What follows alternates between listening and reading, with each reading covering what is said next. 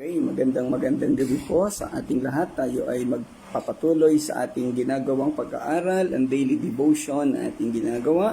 At ipagpapatuloy natin sa gabing ito ang ating talakayan. Tayo ay nasa Isaiah chapter 37 pa rin sa gabing ito. Tutuloy natin ang lesson sa verses 11, 12, and 13, kagaya ng matapos natin kagabi. So bago tayo magpasimula, nawa ay maka-join ang ating mga kasama, mga kaibigan. So, sige po, tayo ay patuloy. Isamahan ninyo ako sa ating panimulang panalangin upang tayo ay makapagpatuloy sa ating pag-aaral. Ama naming Diyos na dakila sa lahat, salamat po muli, Ama, sa patuloy na pagsama, paggabay sa amin sa patuloy naming pag-aaral. Pinapaubayan namin sa iyo at hinihingi ang karunungan upang matalakay namin ito ng maayos at maunawaan ang bawat isa, at ito ay magsilbing gabay sa mga buhay. Ito ay mga katuruan sa lumang panahon, pero ito ay maiakma namin sa aming kasalukuyang pamumuhay. Salamat po, dakilang Diyos. Ito po ang aming panalangin sa pangalan ng Panginoong Hesus. Amen. Okay, so kagabi ay magandang gabi, Ate Alma. Salamat po sa inyong maagang pagsama. Nawa ang buong pamilya ay kasama sa inyong pakikinig at pag-join sa ating talakayan. Kagabi nga ay natalakay natin ang verses 8, 9, and 10, at ito ay tumukoy doon sa mga estratehiya ng Assyria na pagsakop o pagkubkob sa bayan ng Juda. So gumamit sila ng iba't ibang technique, iba't ibang strategy kung paano nila makukubkob ang Juda. Doon sa mga naunang talata na ating tinalakay ay hindi ubobra ang panlilinlang o mga panlalait ni Rabsakeh at ni Haring Sennacherib sa mga pinuno ng Juda. Wala itong nagawa, kaya siguro ang nangyari nito ay humanap sila ng ibang pamamaraan, at ito nga yung paglipat nila sa bayan ng Lakis. Sinalakay doon sa verse 10 o verse 8, 9, and 10. Ang Lakis ay isang lugar sa gilid o sa tabihan ng Jerusalem, kung saan nabanggit natin kahapon na ito ay halos nakapaligid sa sentrong lugar ng Jerusalem. At ang sitwasyon dito, kung masasakop ng Assyria ang Lakis o yung mga paligid salamat po, Ate Alma. Kung masasakop nila yung paligid ng Jerusalem, mas madali nilang makukubkob ang sentrong bayan. Dahilan sa ito nga ay nakakapaligid po. Kaya lang, ang isang mahirap na sitwasyon kahit sa kasalukuyang panahon ay nararanasan sa Israel, hirap ang mga tao o mga bansa na lumalaban sa Jerusalem. Dahil ang location ng Jerusalem, ito'y isang mataas na bundok at malayo pa ang mga kaaway nila ay nakikita na sila sa Jerusalem. Kaya hindi sila nananalo. Kaya hanggang sa kasalukuyang panahon, napakarami ng mga Arab countries ang sumalakay, nagtangkang pabagsakin ang Israel, pero hindi sila napapabagsak at hindi sila natatalo. Ayan. Siyempre, naandun lagi, napapag-usapan din natin yung proteksyon ng Diyos sa kanila dahil sila nga ang bayan na pinili ng Panginoon. Okay, so sa gabi ito, ating tatalakayin ang verses 11, 12, and 13. At ang sabi dito, sa verse 11, alam ninyo ang ginawa ng mga hari ng Assyria sa ibang mga bansa. Winasak silang lahat, kayo pa kaya? Sa verse 12, hindi na iligtas ng mga Diyos ang mga bansang winasak ng aming mga magulang. Nariyan ang Gozan, Karan, at Resep. Nariyan din ang mga taga-Eden na nasa Telasar. Nailigtas ba sila ng mga ito? Sa verse 13, at nasaan ang hari ng Hamat, ng Arpad, ang hari ng lungsod ng Separbaim, ng Hena at ng Iba. Yan. Magandang gabi, Pastor Nanding. Salamat sa pagsama ninyo po sa ating aralin. Okay, dito sa verses 11, 12, and 13, ito ay patuloy na pagsasalita ni Rabsakeh sa mga Israelita. At dito ay ikinukumpara nila, muli na naman niyang sinasabi sa mga Israelita, ang kakayahan, ang kagalingan ng mga Assyrians. At meron pa siya dito mga comparison. Doon sa 11, sinabi niya dito na winasak nila ang lahat ng mga bansa sa paligid nila, yung mga rehiyon. At ito ay totoo, napaka-powerful talaga ng Assyria. At ang isa nga sa winasak ng Assyria ay ang bansa mismong Israel. Huwag po tayong malilito, pagkatapos ng pamumuno ni Haring Solomon, nahati ang bansang Israel. Merong Israel, kung saan ang Kapitolyo ay Samaria, at itong pinag-uusapan naman natin ngayon, ito yung bansang Judah, na ang Kapitolyo naman ay ang Jerusalem. Okay, so ang unang nasakop ng Assyria, napabagsak nila, ay yung bansang Israel, yung Samaria, dahilan sa kanilang pagsuway sa Diyos. So, totoo ang binabanggit ni Rabsakeh dito sa verse 11 na talagang marami silang bansang nasakop. Sabi nga natin nung nakaraan, ang Assyria ang isa sa pinaka-powerful, pinaka-makapangyarihan na bansa sa lugar na iyon. Subalit sa verse 12, ang sabi niya dito, hindi na iligtas ng mga Diyos ang mga bansang winasak ng aming magulang. Ayan, totoo. Bakit at paano nga maililigtas ng kanilang mga Diyos ang kanilang bansa? Samantalang ang Diyos na sinasamba ng mga bayan na ito ay pawang mga gawa ng kamay ng tao. Pwede ito'y kahoy, ribulto o kung ano pa. So wala talagang kakayahan. Bali din naman ang kiniklaim ni Rabsakeh dahil ang dinidiyos ng mga taong ito ay kagaya ng Diyos nila na hindi totoo. Ang kaniyang pagkakamali dito ay hindi niya kilala ang Diyos ng Israel, ang Diyos ng mga taga-Juda at Jerusalem. Hindi niya naunawaan na iba o kakaiba sa lahat ng Diyos sa mundo ang sinasambang ito ng mga Israelita. Kung ang mga Diyos-Diyosan sa paligid nila ay walang kakayahan na ipagtanggol ang mga tao, iba si Yahweh, iba ang kakayahan ng Diyos natin na ito. Ayan. At dito sa verse 13, binanggit niya pa rin yung mga dagdag na kaharian. Doon sa 12, binanggit niya yung Diyos, yung Gozan, Karan, Resep, ito iba't ibang mga lugar, at maging yung Telasar. Sa verse 13 naman, binanggit niya yung hari ng Hamat, yung Arpad, yung Siparbaim, yung Hena at ng iba. So, iba't ibang lugar ito na kung saan yung mga hari ay pawang inalipin ng Assyria nung kanilang mga ninuno. So, bago mamuno si Sennacherib, maraming mga pinuno pa na nanguna sa bayan ng Assyria. Magandang gabi, Sir Irene. Salamat sa iyong pagsama. Okay, so tayo magpapatuloy. At magandang gabi kay Sister Gertrudes, buhay sa Santa Rosa, Laguna. Salamat po muli, kapatid. Itinatampok sa mga talatang ito ang bahagi ng liham ng hari ng Assyria na si Sennacherib kay Hezekias. Ang pagmamayabang at panunuya. Ipinaalala niya kay Hezekias na winasak ng Assyria ang ibang mga bansa at ang kanilang mga Diyos. Nais ipaunawa ni Sennacherib na lubos na makapangyarihan ang Assyria. At kahit na ang mga Diyos ng ibang bansang ito ay walang nagawa sa kanila. Nagpapakita ito na hindi talaga kaya ng Diyos nila na ipagtanggol sila. At ang naging sanggunian niya ay ang mga Diyos-Diyosan na tunay na walang kakayahan. So ito nga yung binabanggit natin kanina. Paano magkakaroon ng kakayahan? Ito yung mga hindi tunay na Diyos. Ito yung mga huwad. Yan, hindi naunawaan ni Sennacherib at ni Rabsakeh na iba ang Diyos ng Israel. Siya ang tunay na Diyos na pinakamakapangyarihan sa lahat. Tinutuyan ng Assyria si Haring Hezekias sa pamamagitan ng pagpapaalala sa kaniya ng mga nakaraang pananakop ng Assyria at ang panunupil ng ibang mga bansa o sa ibang mga bansa na nagpapahiwatig na ang Juda rin ay pupuksain. Tinanong niya kung maililigtas sila ng mga Diyos ng dating nasakop ng mga bansa at kung nanatili pa rin ang mga pinuno at lungsod ng mga bansang iyon. Nabanayad, ito'y nagpapahiwatig na walang pag-asa para kay Hezekiah at Judah. Gustong ipaunawa ni Rabsakeh, ni Sennacherib na ang Diyos nila ay hindi kayo kayang iligtas dahil wala itong kakayahan. Ayan, ang kanyang nais. At dahil dito, kung sakaling ito ay tanggapin ni Hezekiah, ay maaaring masakop niya at mapasuko niya ang bayan ng Juda.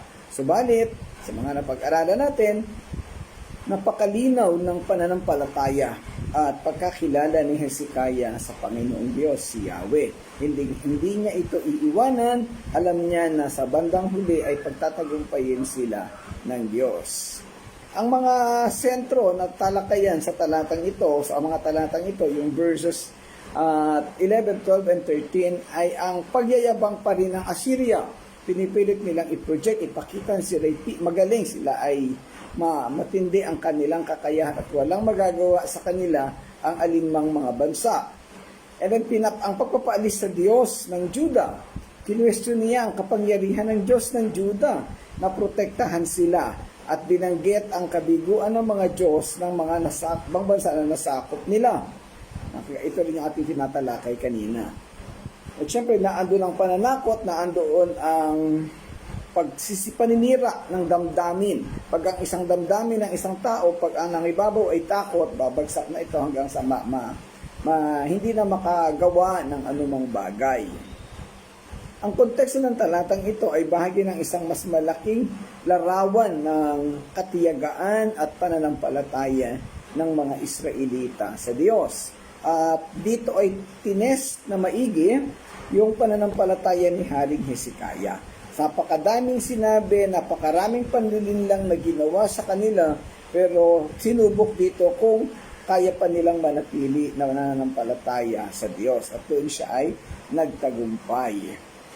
Muli, ang sagot ng Diyos sa mga kahilingan ni Hezekiah ay malinaw na tinalakay sa nakaraan, so magpapadala siya ng mga kalituhan sa bayan ng Assyria upang ito ay matalo, upang hindi siya hindi niya masakop ng buo ang Israel o ang Juda. Ang verse 11, sinabi niya dito, alam ninyo ang ginawa ng mga hari ng Assyria sa ibang mga bansa. Winasak silang lahat, kaya kayo pa kaya. Gustong ipakita ni Sennacherib, ni Rabshakeh na mas powerful yung ibang bansa sa Juda. At kung tinalo nila yung ibang bansa, di lalong mas kakayanin nilang matalo ang Juda o ang Jerusalem. Ang binabanggit niya dito na yung ibang bansa na mas malalakas, mas makapangyarihan, mas maraming militar o sundalo ay hindi umubra sa amin. Kayo pa kaya nakakaunti lang ang inyong kakayahan. Okay? Ito nagpapakita lamang na napakababaw ng kaunawaan nitong punong ministro ng Assyria. Hindi niya kilala ang Israel, hindi niya kilala ang Diyos ng Israel. Sa ating practical na application sa kapanahunan ngayon, maraming mga mananampalataya daw na kilala daw ang Diyos, kilala ang Panginoong Hesus, pero napakababaw ng kanilang pagkakilala. Hindi nila alam eksakto kung ano ang kayang gawin ng Diyos sa kanilang mga buhay. Kaya may pagkakataon na sila'y bumabagsak, sila ay sumusuko sa kanilang pananampalataya. Humihiwalay, hindi na nanatili sa Diyos. Siguro, gumagawa na rin ng mga Diyos-Diyosan. Ang mga paalalang binanggit o isinulat ni Sennacherib ay nagpapaalala ng kanilang kayang gawin. Physically, kaya nilang gawin ang mga bagay na yon. Pero alam natin na ang Israel o ang Judah at Jerusalem ay hindi lamang physically nag-i-exist dahil naandoon ang proteksyon ng tunay na Diyos. Ginamit na sanggunian ang mga nakalipas na tagumpay sa pananakop ng ibang rehiyon, which is totoo naman na namayani, nanalo talaga ang Assyria. Muli, ang imperyo ng Assyria kilala sa husay sa militar at nalupit na pananako. Ang mga hari ng Assyria kagaya ni Tiglath-Pileser, ni Salmaneser, Sargon at si Sennacherib ay nagpalawak ng kanilang teritoryo sa pamamagitan ng agresibong mga kampanya o yung pagsakop, pagkubkob sa iba't ibang mga teritoryo at iba't ibang bansa. Ang mga record ng kasaysayan at mga natuklasan sa archaeological studies gaya ng mga talaan ng kasaysayan ni Sennacherib ay nagpapatunay sa malawak na pagkawasak at pagsupil sa mga bansa. Talagang namayagpag ang bayan ng Assyria sa kapanahonan na yon. Marami silang bansa na nasakop, maraming mga hari na pinatay, inalipin, at maraming mga tao na binihag. Inuslaughter nila ang halos buong mundo nung panahon na iyon. Itinatampok ng paniralaring ito ang taktika ng sinaunang silangan o ng gitnang silangan. Ang mga Assyrians ay madalas na gumamit ng psychological na pakikidigma. Ito yung tinatawag natin saywar. Sisirain ka sa ilalim, pahihinain ang iyong paninindigan, tatakutin ka. Dahil alam nila na pag natakot ka na, hindi ka na makakagawa ng anumang mga bagay. So, ganun. Actually, hindi naman sila totally lumalaban. Walang masyad. May physical na labanan din, pero ayon sa pag-aaral at sa kasaysayan, yung mga bayan na natalo nila sa pamamagitan ng saywar o ng psychological war. Yan. Ginugulat nila, pinapabagsak ang emosyon at damdamin, tinatakot ang mga tao. At napag-usapan natin ng nakaraan na pag ang tao nga ay natakot, ay hindi na niya malalaman ang kaniyang gagawin. Hindi na makakadesisyon, hindi na may pagtatanggol ang kaniyang sarili. So yun ang tinatawag na saywar. Ang isang katangian daw ng mga military president, for example, si President Ramos, ay saywar technique. Naalala ko yung aklat ni Sun Tzu, The Art of War. So doon, yung mga mahilig manood ng mga gera o baka may nagnanais na maging militar, pwede niyong basahin yung The Art of War na sinulat ni Sun Tzu, isang Chinese military expert. Puro saywar technique ang kaniyang ginamit doon. Kaya siya nanalo ang kanilang bansa. Okay. Ang paniralang ilalaan sila sa pagkawasa ay sumasalamin sa kaugalian ng Assyria sa kabuuan ng kanilang pakikidigma, kung saan ang mga nasakop na lungsod ay kadalasang ganap na nawasak at ang kanilang mga naninirahan ay pinatay o itinapon. Ang konseptong ito ay nagpapaalala ng salitang Hebreo na herem na ginamit sa konteksto ng pananakop ng mga Israelita sa Kanaan, kung saan ang ilang mga lungsod ay nakatuon sa pagkawasak bilang isang handog sa Diyos, kagaya ng nangyari sa Jericho noong panahon ni Joshua.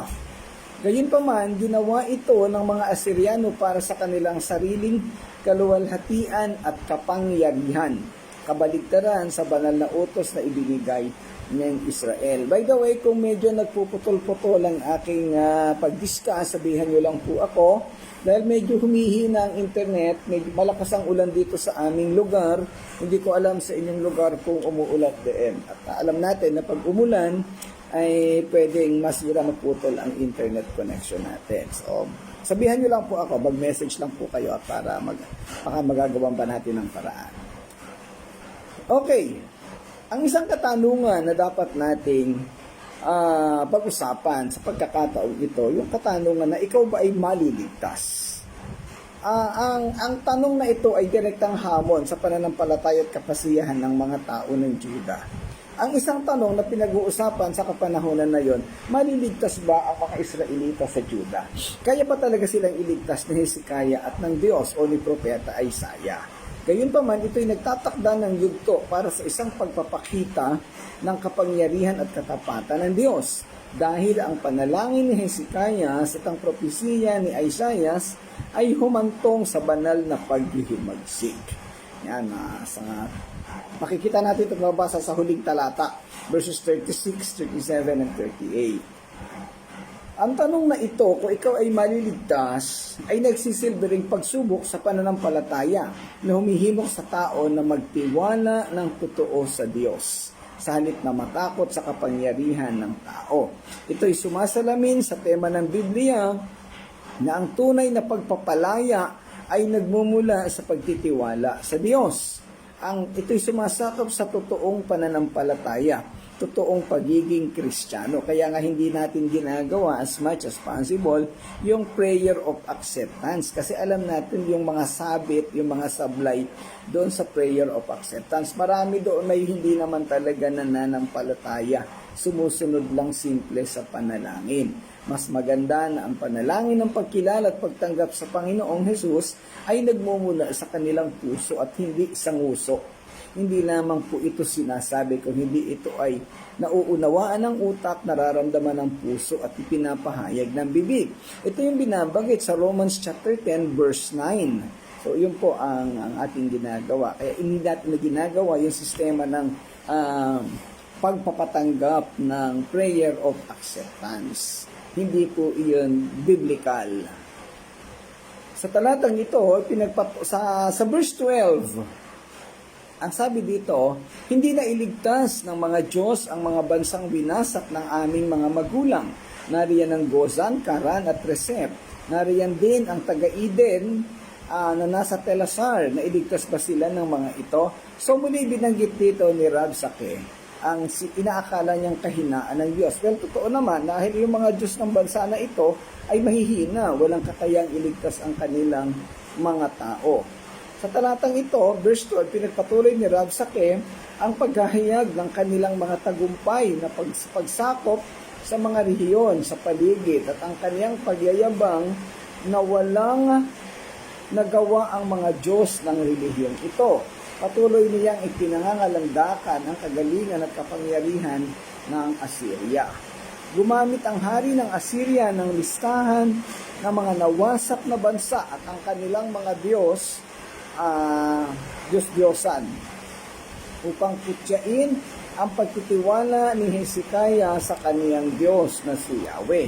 Ipinahihiwatig niya kung hindi mailigtas ng mga Diyos ang mga bansang iyon, ang kanilang mga tao, ang Diyos ni Hezekiah ay wala rin kapangyarihan. Again, ito nagpapatunay ng kawalan ng pagkakilala ni Hezekiah, ni Rabsake at ni Sennacherib sa tunay na Diyos. At pagkakaroon niya ng pagtitiwala sa kanyang personal na kagalingan.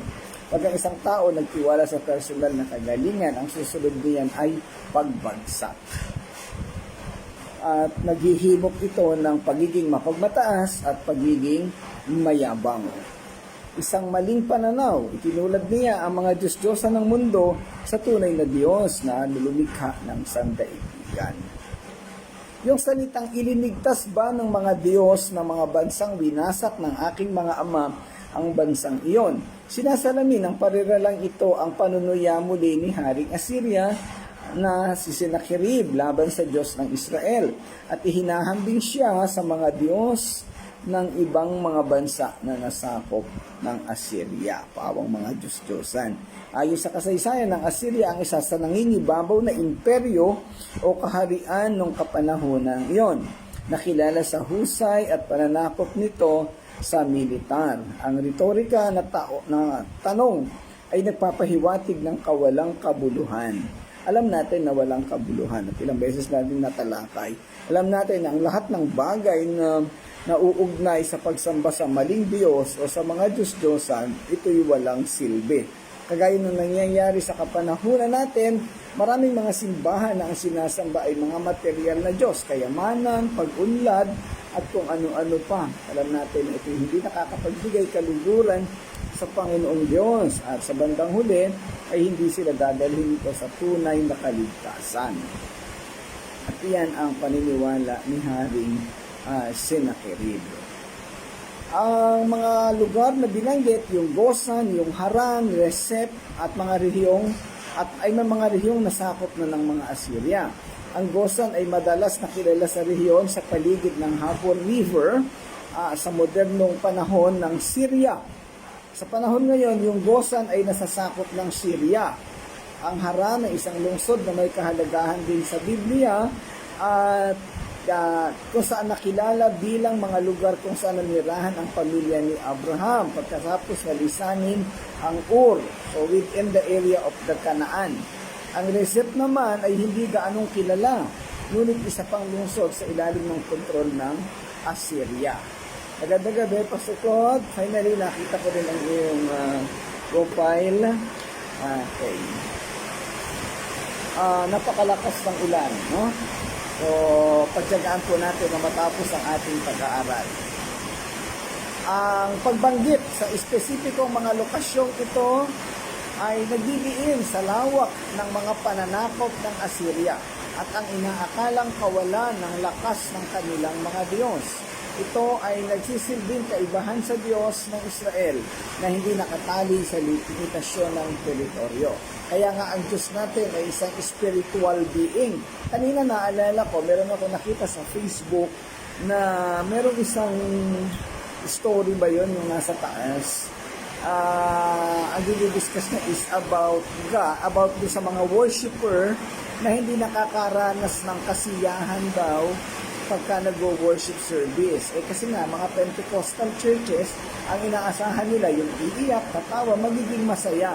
Ang sabi ko doon, hindi ko napigilang mag-comment, ang Diyos natin ay Diyos ng Espiritu, hindi Diyos ng emosyon.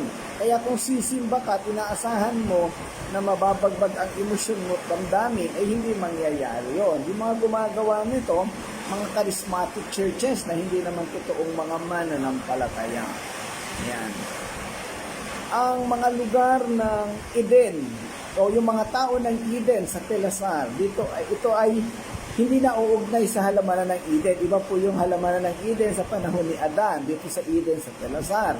Ito'y tumutukoy sa isang rehiyon o grupo ng mga tao sa Mesopotamia.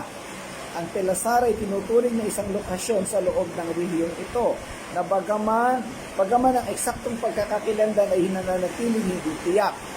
Ang pagbanggit sa Eden at Telasar ay nagdaragdag ng listahan ng mga lugar na nasakop ng Assyria at nagpapakita ng kanilang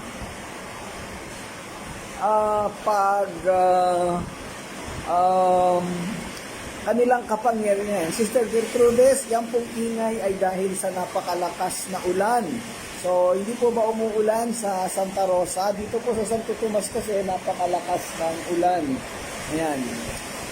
Pagpasensyahan po ninyo at pipilitin natin matapos ang ating talakayan sa gabi ito. Sinabayan ako ng ulan siguro may devotion din yung ulan.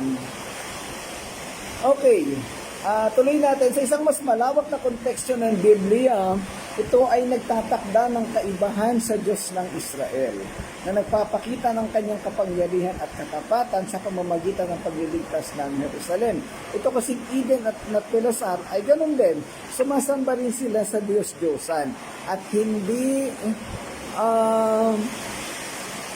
hindi rin sila kayang ipagtanggol ng kanilang sinasambang Diyos. Okay, kung meron pong malabo na pagkakasabi o pagkakadiscuss, ay pwede po niyong i-message para maulit ko po. Hindi natin kontrolado ito Ano po, yung sitwasyon na ito, ito ay force majeure. Wala tayong magagawa po dito. Okay. Ang kawalang kabuluhan ng idolatry, ito ay tinatalakay din dito, na kung saan may maling pagkaunawa ang mga taga-Assyria, o particularly si Sennacherib at saka ang Rabshakeh. Tinatampok ng talata ang kawalan ng lakas ng mga Diyos-Diyosan ng mga bansang nasakop ng Assyria, kaya natalo nila. Ito ay nagsisilbing paalala na ang pag-asa sa anumang bagay maliban sa nag-iisang tunay na Diyos ay walang saysay sa huli. Ang soberanya ng Diyos sa mga bansa. Ito again tumutukoy sa kapangyarihan ng Diyos at otoridad. Pinagkukumpara yung Diyos-Diyosan sa paligid at yung totoong Diyos. So, alam natin ang pagkakaiba. Napakalaki ng pagkakaiba nila. Okay. At syempre, sumasakot ito sa pagsubok sa pananampalataya ng mga tao sa Diyos, kagaya ng pananampalataya ni Haring Hezekiah at ng kanyang mga pinuno sa Jerusalem. Nanatili silang nanampalataya sa Panginoong Diyos sa kabila ng kanilang natatanggap na pang-aapi o panlilinlang buhat sa Assyrian. Kaya sa huli, sila ay pagkatatangkilikin at iniligtas ng Panginoon. Ang mga pangyayari ay nagpapaalala sa atin na ang kasaysayan ay puno ng mga halimbawa ng katapatan ng Diyos at ang kabiguan ng mga huwad na Diyos. Hinihikayat nito ang mga mananampalataya na matuto mula sa nakaraan at ilapat ang mga aral na ito sa kanilang paglalakbay sa pananampalataya. Again, ang immediate na purpose ng mga aklat sa Lumang Tipan ay para maging halimbawa sa ating mga tao sa kasalukuyang panahon, partikular sa ating mga mananampalataya. Ano ang naging mga attitude ng mga tagasunod ni Yahweh sa panahon ng Lumang Tipan at ano ang magiging tugon natin dito. Naunawaan natin na nalaman kung anong naging resulta ng kanilang pagsuway. Nawa sa ating mga buhay ngayon ay hindi na natin ito gawin. Kaya lagi natin pinapaulit-ulit sa simbahan, napakarami ng mga tao na nakaranas ng mabibigat na sitwasyon dahilan sa kamalian ng ginagawa, dahilan sa maling mga desisyon. Kaya yung mga ibang tao, lalo na ang mga kabataan, lagi natin pinapaalalahanan. Una, sa pakikipagrelasyon, sa pagsagot sa mga nanliligaw at sa mga nanliligaw. Yung pakikipagrelasyon kasi napakarami ng nangyaring mali sa mga tao, sa mga kabataan na nanggaling sa church, pero ang sinunod ay ang mga sariling desisyon, hindi sinunod ang tagubilin ng Diyos. So, napaka-importante ng desisyon sa bagay na to. Ang isang tanong na pwede natin i-consider, paano kaya kung hindi na natiling kumapit sa pananampalataya si Hezekiah? Paano kaya kung nangibabaw sa kanya ang emosyon, yung takot, at sumuko siya kay Sennacherib? Di natalo agad ang bayan ng Juda. Hindi nasunod ang kalooban at kaparaanan ng Diyos. Pero nakita natin dito kung paanong kumapit, kung paanong napili ang pananampalataya ni Hezekiah plus yung kanyang mga pinuno. Kaya sa huli ay nakaligtas sila, walang nagawa ang Assyria. Ang ipinagmamalaking kapangyarihan, kakayahan at kagalingan ay walang nagawa dahil sa huli ay mananalo ang Israel sa labanang ito. Sa talatang 13, ang sabi dito, nasaan ang hari ng Hamat ng Arpad, ang hari ng lungsod ng Separbaim, ng Hena at ng iba. Muli ang mga talatang ito, ang mga lugar na ito ay nagdadagdag lamang sa listahan ng mga tinalong bayan ng Assyria. Sa talatang ito, binanggit ang lugar ng Hamat sa kasalukuyang panahon ay nasa bansang Lebanon. Yung Arpad nasa bansang Syria. Yung Lair, si Parbaim, ito ay nasa Abu Haba o sa West Bank. West Bank, ito ay lower part ng o kanluraning bahagi ng Israel. Ito yung isa sa pinag-aawayan kung saan naandoon yung yung mayamang lugar ng Israel na pinag-aawayan ng mga Palestino at ng mga Israelita. Yan. Actually, ito yung part ng Jerusalem sa kasalukuyang panahon na napakayaman sa langis at iba't ibang natural resources. Kaya pinag-aawayan nila. Okay, ang tanong dito, nasaan ang hari ng Hamat, ng Arpad, ng Separad? Again, gusto ipakita ni Sennacherib na tinalo nila ang mga haring ito. Kaya si Hezekiah wala siyang maipagmamalaki dahil mas nag-iisang hari lang si Hezekiah samantalang napakadami ng hari na kaniyang tinalo.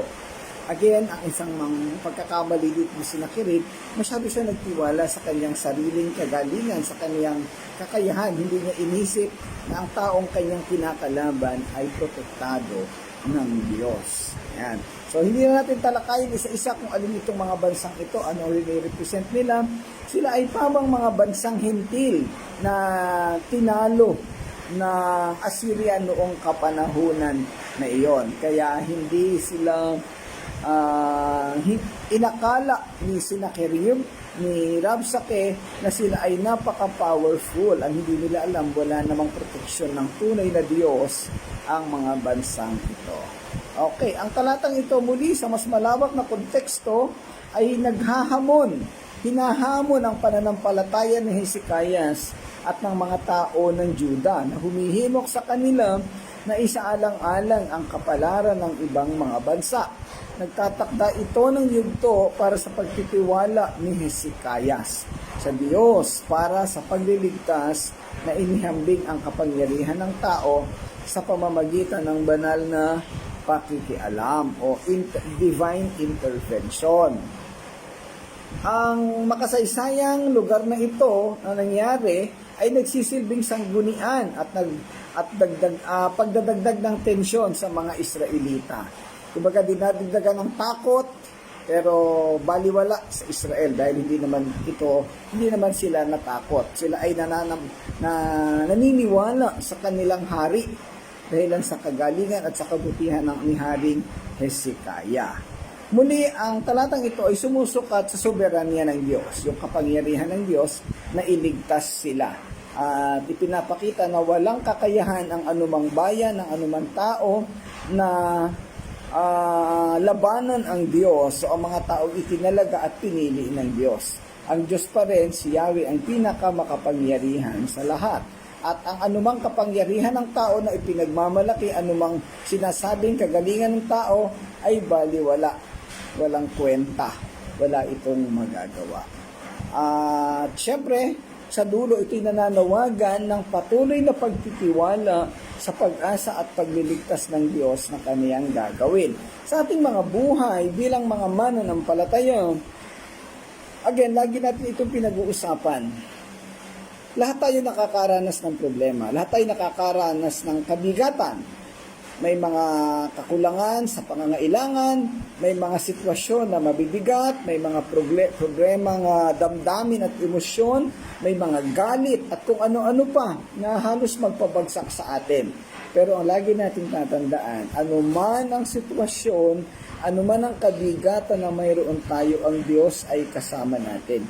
Hingin lang natin sa Panginoon at siya ay magtuturo sa atin ng mga karapat-dapat nating maging desisyon. Huwag po tayong lalayo sa Panginoon, huwag tayong hihiwalay, manatili lang tayong nakakapit sa Kanya at ipakita, sabihin natin sa Kanya ang ating mga kabigatan. At yung ating pananalangin, mas maganda na na hindi na tayo humiling ng isa-isang bagay pa. Nasasabihin, Lord, sana ganito, sana ganyan, sana ganito ang mangyari. Sabi ko na dati, ang pinaka-mainam na panalangin ay yung, Lord, mangyari nawa ang kalooban mo. Thy will be done. At yun na ang pinaka-mahusay na panalangin na pwede natin sabihin. Marami tayong gusto, marami tayong naisin sa ating buhay. Pero ang sa huli, mangyari pa rin ang kalooban ng Panginoon. Kasi kung kalooban natin ang mangyayari, ay nakakatakot. Baka kung ano ang idulot nito sa atin. Kaya magpatuloy tayong kumapit sa pananampalataya, lumapit sa Panginoong Diyos, at hingin ang kanyang kalooban sa ating mga buhay. Anuman ang sitwasyon, anuman ang mangyari, anumang sakit o kabigatan ng ating maranasan, ang Diyos ay nakakaalam ng lahat ng bagay at ang kanyang sovereignty ang tutugon sa lahat ng ating pangangailangan. Okay, so maraming salamat po sa inyong pagsama para sa araw na to. Hanggang doon lang ang ating talakayan. Bukas ay tatalakayin natin, ang nakaschedule ay 14 to 20, medyo mahaba. Tingnan natin kung paano natin matatapos bukas ang mga talatang ito. 17 talata ang nakaschedule natin bukas. Okay. So, sige po, tayo ay sama-samang dumulog sa Panginoon. Manalangin tayo at ipagpasalamat natin ang katatapos nating gawain at pag-aaral sa gabi ito. Samahan ninyo ako sa panalangin. Tunay na dakilang Diyos, tunay na mapagpalang Ama, makatarungang Diyos na gumagawa sa aming mga buhay. Maraming salamat po muli sa katatapos naming pag-aaral, sa iyong pagsama at paggabay sa aming lahat.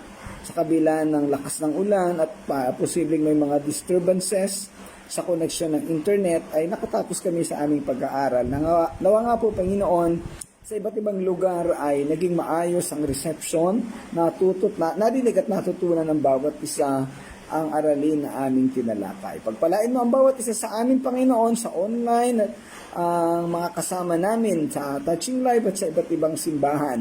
Ikaw po ang patuloy na gumawa at magbigay ng kapayapaan sa bawat isa sa amin. Salamat po, dakilang Diyos. Ito po ang aming panalangin sa pangalan ng Panginoong Hesus. Amen. Amen. Okay, salamat pong muli sa inyong lahat. Medyo nahuli si Sir Daniel at nandito si Kelvin napadaan. Salamat sa inyong pagsama. Salamat kay Sister Gertrudes, kay Pastor Claude, Sister Irene, siyempre kay Pastor Nanding, pamilya Ornido, pamilya na ni Kuya Bob, ni Ate Alma dyan sa San Rafael. Pagpalain po kayong lahat ng Panginoon. To God be the glory. Bye-bye. Bye-bye po sa inyong lahat.